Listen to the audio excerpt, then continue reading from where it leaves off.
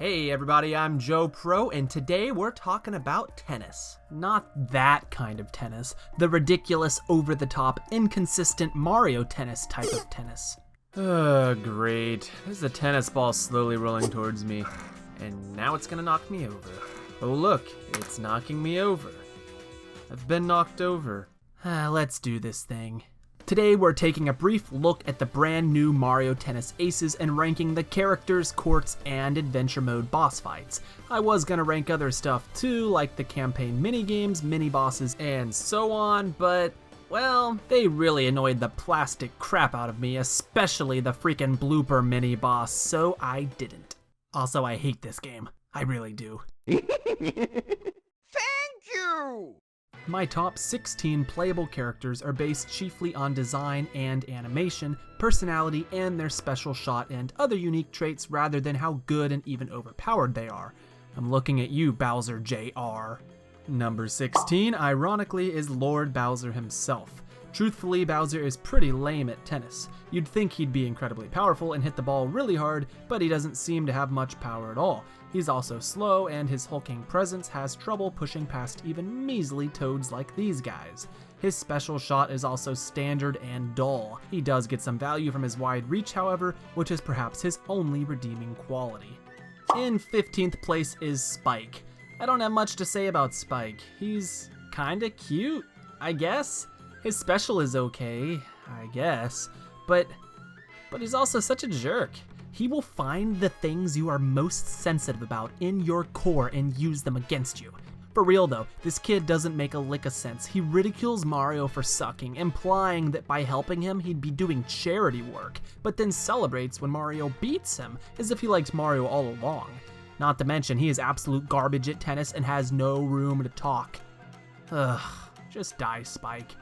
I have little to say about this one as well. She's a shroom, she's cute, and has a decent special shot. If she were older, I'd even date her, if only for her special shot. Anyway, and 13th is her BF, Toad. He's Toad. He's apparently a pro sports moderator, which is freaking amazing. Or at least, I think that's him. He's the same color and name. Don't accuse me of racial profiling, Steve. Then again, Toad is as obnoxious as humanly or fungusy possible in the campaign and insists upon speaking on Mario's behalf constantly. I still don't get it. He's not even in the cutscenes. He's not there for any of it. He literally appears to speak for Mario, but doesn't help out in the slightest. I'd hate Toad, but you just can't hate how adorable he is. Plus, he actually says, "My vest can't stop the chill." This kid grew up way too fast, and I can only imagine what he and Toadette do behind closed doors. Foosball. It must be foosball. As mentioned earlier, my 12th placer, Bowser Jr., is considered super overpowered, but he's one of the weaker characters for my personal enjoyment. He's cute, and the clown car is cool, but his special shot is just awkward. He looks like he's hesitantly using his racket as a fork to eat something he does not want to be eating. He's a fine character, but no one I'd play over and over. Way back in 11th place is the bro himself, Mario. Mario is the epitome of average in all Mario sports games. He's a completely fine, balanced character, but in a roster that screams originality. His special shot and various animations are all pretty expected, and his only real highlight is his sweet new sportswear and visor.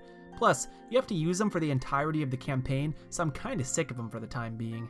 In 10th place is the least attractive lady in the game, Peach, Princess of the Mushroom Kingdom. But what she lacks in gorgeousness and the ability to smile with her eyes open, she makes up for in charm, technique, and the uncanny ability to sidestep at alarming speeds, which I am incredibly envious of.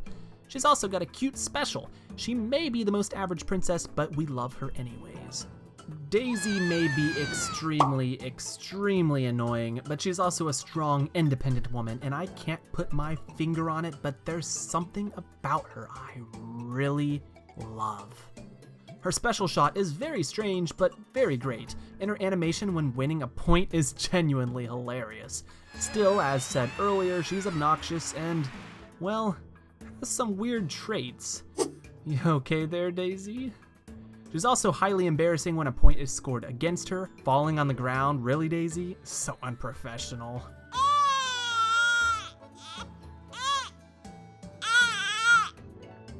In 8th place is everyone's favorite fellow in yellow, Wario. Wario is enjoyable to play with, but many of his sound effects grow exhausting when heard in repetition, especially in his special shot, which is funny, but not one I enjoy seeing over and over. Beyond that, Wario's fine. Donkey Kong is yet another that from a design, animation, and uniqueness perspective is just fine. Not great, not bad. Many of his animations and facial expressions are hilarious. He has great reach and he's fun to play with. His special shot is one I particularly love thanks to the callbacks to the Kong Country series, but he doesn't play or feel all that special. Mario's younger brother, Luigi, takes the number 6 spot. He looks great while sporting his lean, green, and mean new outfit. His warp pipe special move is charming, and he even seems to call out Waluigi during it. Luigi! Besides, he's a great tickler. Or, air keyboardist. Invisible typewriter? Now, Chain Chomp is a brilliant, unique, and welcome addition to the Mario Tennis roster and my 5th favorite playable character. He bounces the tennis ball on his head, he barks, he holds his racket with his mouth, his recovery is adorable, and he just seems so happy to be included in the festivities. His special shot is a small downside since it's not anything special, but he's still a solid character. Yoshi may be one of my favorites for cuteness and animation alone. His starting animation when he bounces the ball over and over has more freaking adorableness than 10 street mice begging for cheese on a Monday morning. His taunt is also super cute, and his special is fun to watch and obviously endearing. You just can't help but root for Yoshi. He deserves the praise. Despite not being in Super Smash Bros., Waluigi is doing pretty well for himself, and showcases more charm than all of my subscribers combined. Guys, I don't mean that, it's a joke. No, it's not. Anyway, I still can't tell if he's saying cheater or Cheeto or something else entirely, but his lanky, sexy, I mean creepy self all makes him worth it. And his special shot is just very well done. My top 2 are essentially tied, but second place narrowly goes to Boo. Not King Boo, whose absence is strange, but a standard run-of-the-mill Boo. Boos always intrigue me. Are they their own species, or are they the ghosts of other species that have died? I'd assume the former, but then if they were never alive, are they really even dead now? And are there also ghosts of other species that look different than Boo's? The questions never cease. Boo has one of the coolest special shots in my opinion, and many other magnificent animations. I love that cute little ghost. And my number 1 favorite character in Mario Tennis Aces in terms of design, personality, and animation is the Space Queen, Rosalina. Her intro to the court is pristine and royal, and her special shot is my absolute favorite, thanks in part to the Lumas, sound effects, and how freaking cool it looks. That dress, those leggings, wow, and she flies, she flies! Not only is she magnificent in tennis, in beauty, and in life, but she can fly and has the respect of little star dudes that turn into galaxies. She's the best. Case closed.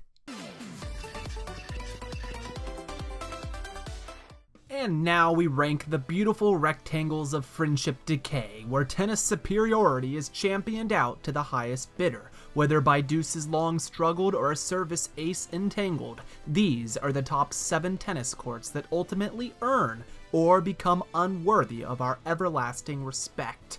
Number 7. The Savage Sea Court is quite a savage indeed. Like many of the courts, I really love the beautiful design and background elements, but its musical accompaniment is one of my least favorite on the soundtrack and sounds way too similar to the Snowfall Mountain music. Worst of all though, and the reason Savage Sea earns last place, is the frustratingly stupid mast at center net.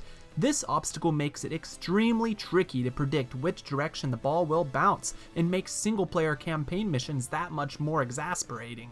At number 6 is the appropriately dreadful Inferno Island. It's certainly one of the least inspired courts visually, and the mechanic of dodging enemies walking through the court really isn't all that unique because, once again, Snowfall Mountain does it better.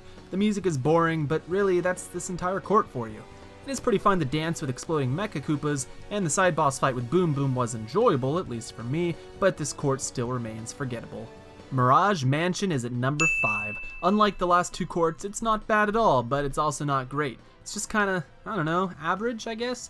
Both the music and the design aren't as spooky as I'd hoped for, and it looks kinda bland. Like with many of the special stage obstacles, the floaty mirror things don't add but detract from the gameplay. Sure, they can be toggled off, but even without them, it's a pretty standard mansion, and one Luigi probably wouldn't even bother with.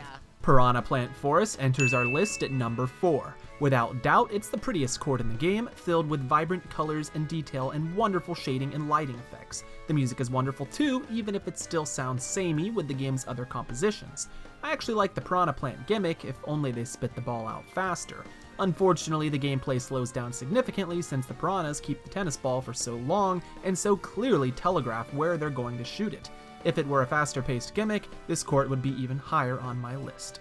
Marina Stadium is the standard court in Mario Tennis Aces and features a brilliant assortment of colors and sounds. The energy of the fans from the stands is uplifting and supportive, and it's a pretty solid place to commence a tennis match. It's a good, but it has nothing to make it a great. At number 2 is the visually stunning Basque Ruins. This desert court has some of the best texture work in the game and some excellent, if low-res, shading. The music isn't superb, but is adequate and fits the setting well. Plus, you gotta love this guy keeping watch over the net and overall progression of the match. He's a team player. Don't let the name fool ya, this court is far from ruined. Without doubt, the best tennis court in Mario Tennis Aces has got to be Snowfall Mountain. It features a gorgeous, vibrant setting that is so much fun to play around in. The music is perhaps the best in the entire game, and for once, I really enjoy the court gimmick of various Mario enemies running through the court while you're playing. It's not too detracting and is genuinely adorable. Imagine, you're out playing freaking tennis of all things, and a bunch of random children start rushing past you out of nowhere. Those are the moments I look forward to in life.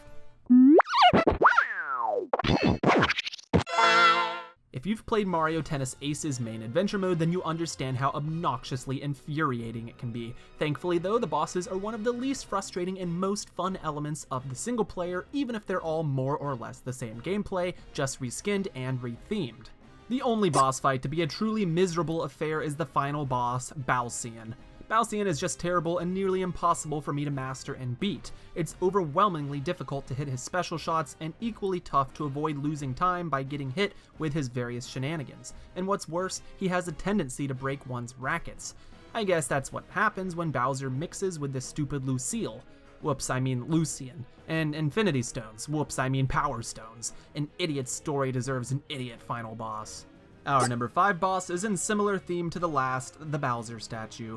I'm not sure why the decision was made to have the last 2 bosses both be Bowser-esque, but at least this one is slightly better. The design is still boring and the fight isn't much fun at all. The music is also disappointing, but at least it's actually, beatable without too much stress. Madame Mirage is my 4th favorite boss. She has a nice design and the boss fight is the first on this list that I find to be a fun and engaging time. The floating obstacles that fly at you are fun to deal with and the setting is a decently haunting affair. Number 3 begins the great bosses with Blooper Gooper. Or Gooper Blooper. That's his name, right? Or her name? He or her. I can't say for certain, thank God. But this old chap is fought a little differently than the other bosses, by jumping back and forth over his tentacles. It gets pretty repetitive, but the overall design and theme of this boss battle makes it an enjoyable romp. Plus, he's not difficult at all. Plus, he's from Mario Sunshine, and I love that. Number 2 is yet another twin hand boss in a Nintendo game. Well, I guess they're not twins, I mean one's a right hand and one's a left hand, I get that, but still, how many times have we seen them now, and where the heck are their brains, vital organs, and hearts all in their hand? How does that even work? Oh, this is getting out of hand. Great fight though. And the best boss in this mediocre adventure is the wonderful, beauty-gorgeous Bianca Hill's Phantom, Petey Piranha. Petey is a great boss in every way. The landscape of the fight is beautiful, the gameplay still feels fresh since this is the first boss, and the design of Petey itself is well done. I'm also a big fan of the callback to slamming Petey and its belly button to destroy it, although I do wish Petey melted when defeated like in Mario Sunshine. Now let's get that I mean Power Stone. Oh boy, I can't wait to lay my grubby hands on it, huh?